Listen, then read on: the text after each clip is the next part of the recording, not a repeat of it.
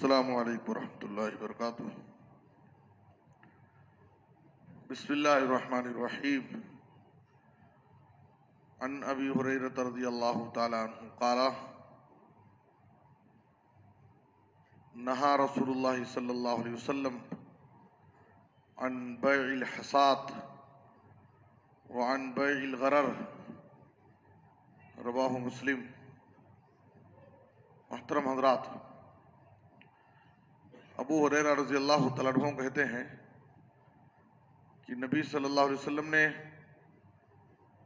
کنکری کی بیع اور دھوکے کی بیع سے منع کیا ہے۔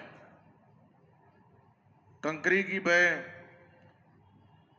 پہلے اس طرح سے ہوتی تھی، مان لیجیے کوئی زمین خرید و فروخت کر رہا ہے تو وہ پہلے سے معاہدہ ہوتا کہ جہاں تک کنکری پہنچے گی وہاں تک میں یہ زمین بیچ رہا ہوں، یا اناج اور غلے کا ڈھیر ہے، مختلف ڈھیر لگائے ہوئے ہیں، تو یہ معاہدہ ہوتا کہ جس ڈھیر پر یہ کنکری جا کر پڑے گی وہ میں بیچ رہا ہوں۔ تو اس میں دھوکے کا امکان ہوتا تھا اور کنکری پھینکنے والا اپنے حساب سے پھینکتا تھا تاکہ اس کو فائدہ ہو اور سامنے والے کو زیادہ فائدہ نہ ہو، اس سے نقصان ہو جائے۔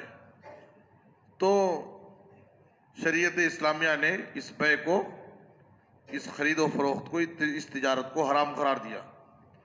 اسی طرح سے ایک عام قاعدہ بیان کیا کہ ہر وہ بیع، ہر وہ تجارت، ہر وہ خرید و فروخت جس میں دھوکہ ہو وہ جائز نہیں، حرام ہے۔ امام نووی رحمۃ اللہ علیہ کہتے ہیں کہ بیع غرر جس سے نبی صلی اللہ علیہ وسلم نے منع کیا ہے، یہ تجارت کے بیوع کے اصول میں ایک بہت بڑا اصول ہے، اور اس اصول کی بنیاد پر وہ تمام تجارتیں، وہ تمام کاروبار حرام ہو جائیں گے جس میں دھوکہ ہو۔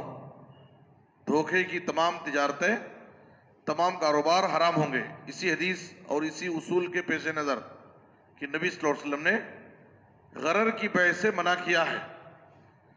اس کی بہت ساری شکلیں اس وقت سماج اور معاشرے میں دھوکے کی تجارت چل رہی ہے۔ اس میں بہت سارے دھوکے آف لائن تجارتوں میں ہیں، کچھ آن لائن تجارتوں میں ہیں، بلکہ بعض تجارتوں میں بہت زیادہ دھوکہ ہے۔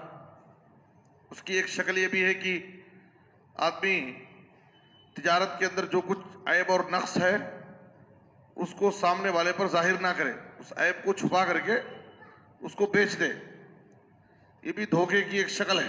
جیسے صحیح مسلم کی حدیث ہے، نبی صلی اللہ علیہ وسلم ایک مرتبہ بازار گئے اور ایک غلہ فروش جو اناج اور غلہ بیچ رہا تھا، تو اس کے غلے کے تھیلے میں نبی صلی اللہ علیہ وسلم ہاتھ داخل کیے تو آپ صلی اللہ علیہ وسلم کا ہاتھ پورا بھیگ گیا۔ تو معلوم یہ ہوا کہ نیچے جو اناج اور غلہ رکھا ہوا ہے وہ بھیگا ہوا ہے اور اوپر سے پورا سوکھا ہوا اناج رکھا تھا۔ تو نبی صلی اللہ علیہ وسلم نے کہا، ما ھذا یا صاحب الطعام، اے غلہ فروش، یہ کیا ہے؟ تھیلے میں نیچے پورا بھیگا ہوا مال ہے اور اوپر سے سوکھا ہوا مال ہے۔ تو اس نے کہا، اللہ کے رسول، رات میں بارش ہوئی تھی جس کی وجہ سے یہ اناج بھیگ گیا تھا۔ تو نبی صلی اللہ علیہ وسلم نے کہا کہ ٹھیک ہے، تم بھیگے ہوئے مال کو اوپر کیوں نہیں رکھے؟ افلا جعلتہ فوق الطعام کی یراہ الناس، اوپر رکھتے تو لوگ دیکھ لیتے اس کے اندر جو عیب ہے اور نقص ہے، چاہتے تو خریدتے، نہیں تو نہیں خریدتے۔ تم اس کو نیچے چھپا کر کے رکھے اور اوپر سے سوکھا اناج رکھ دیے تاکہ اس کا عیب چھپ جائے اور لوگ اس کو خرید لیں۔ یہ دھوکہ ہے۔ پھر نبی صلی اللہ علیہ وسلم نے وہاں پر بھی ایک عام حدیث پیش کی، من غشنا فلیس منا، بعض روایتوں میں من غش فلیس منی، جو دھوکہ دے وہ مجھ سے نہیں ہے، اس کا مجھ سے کوئی تعلق نہیں ہے، میرے طریقے سے ہٹ کر وہ شخص زندگی گزار رہا ہے۔ تو دھوکے کی ایک شکل یہ بھی ہے۔ ایک حدیث کے اندر نبی صلی اللہ علیہ وسلم نے فرمایا البیعان بالخیار ما لم یتفرقا فإن صدقا وبینا بورک لہما فی بیعہما وإن کذبا وکتما محقت برکت بیعہما. دو خرید و فروخت کرنے والے جب تک مجلس میں موجود ہوتے ہیں ان کو اس تجارت کو، اس بیع کو فسخ کرنے کا اختیار ہوتا ہے، چاہے تو لیں چاہے نہ لیں. اس کے بعد نبی صلی اللہ علیہ وسلم نے فرمایا کہ جب دونوں بائع اور مشتری، خریدنے والا اور بیچنے والا، جب دونوں سچائی سے کام لیتے ہیں، سچ بولتے ہیں اور اس کے عیب اور نقص کو، کمی کو، جو کچھ اس میں ہے اس کو بتا دیتے ہیں، واضح کر دیتے ہیں، چھپاتے نہیں ہیں، تو نبی صلی اللہ علیہ وسلم نے کہا بورک لہما فی بیعہما، ان کی اس تجارت میں برکت دی جاتی ہے، اللہ کی مدد ہوتی ہے، خیر و برکت نازل ہوتی ہے.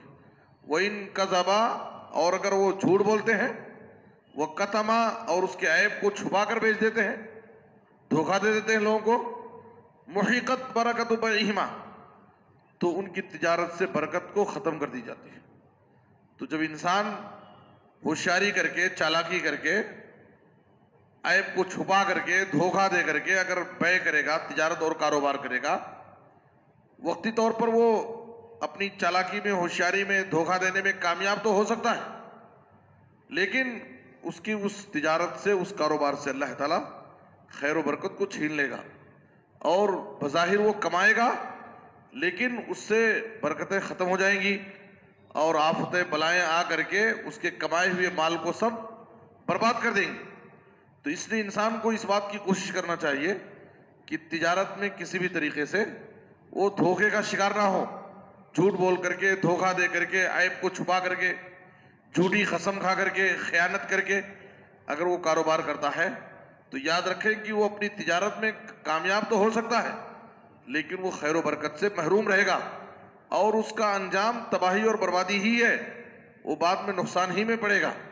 اس لیے قرآن مجید میں اللہ تعالیٰ نے فرمایا یا ایھا الذین آمنوا لا تاکلوا اموالکم بینکم بالباطل الا ان تکون تجارتا عن تراض منکم. اے ایمان والو، تم آپس میں ایک دوسرے کا مال ناحق، باطل طریقے سے، حرام طریقے سے مت کھاؤ، اللہ کی تجارت ہے اور تجارت میں باہمی رضامندی سے ہو، اور وہ بھی حلال تجارت. حلال تجارت میں باہمی رضامندی سے آپس میں جس قیمت پر طے ہو جائے معاملہ، خرید و فروخت ہو، تو یہ جائز ہے. لیکن اگر وہ بھی تجارت اگر حرام ہے، حرام تجارت میں اگر دونوں آپس میں رضامند ہو جاتے ہیں تو یہ بھی جائز نہیں ہوگا. حلال تجارت میں آپسی رضامندی کے ساتھ اگر آدمی کاروبار کرتا ہے اور اس سے فائدہ اٹھاتا ہے تو یہ اس کے لیے حلال ہے، جائز ہے. تو اس لیے ہمیں ان تمام شکلوں سے اور ان تمام قسموں سے بچنا چاہیے جس میں دھوکہ ہو، کسی دوسرے کو نقصان ہو، تاکہ ہماری تجارتوں میں خیر و برکت ہو اور اللہ کی مدد ہو اور ہم کامیاب ہو سکیں. اور ان تمام چیزوں سے جس میں دھوکہ ہو اور فراڈ ہو، اس سے ہمیں بچنا چاہیے، اس لیے کہ یہ چیز ہماری تجارت اور کاروبار کو تباہ و برباد کرنے والی ہے. اللہ سے دعا ہے کہ اللہ تعالیٰ ہمیں کتاب و سنت پر عمل کرنے کی توفیق عطا فرمائے اور اسلامی اصولوں کی روشنی میں حلال طریقے سے کاروبار کرنے کی توفیق دے. آمین. وصلی اللہ علی نبینا محمد وآلہ وصحبہ اجمعین.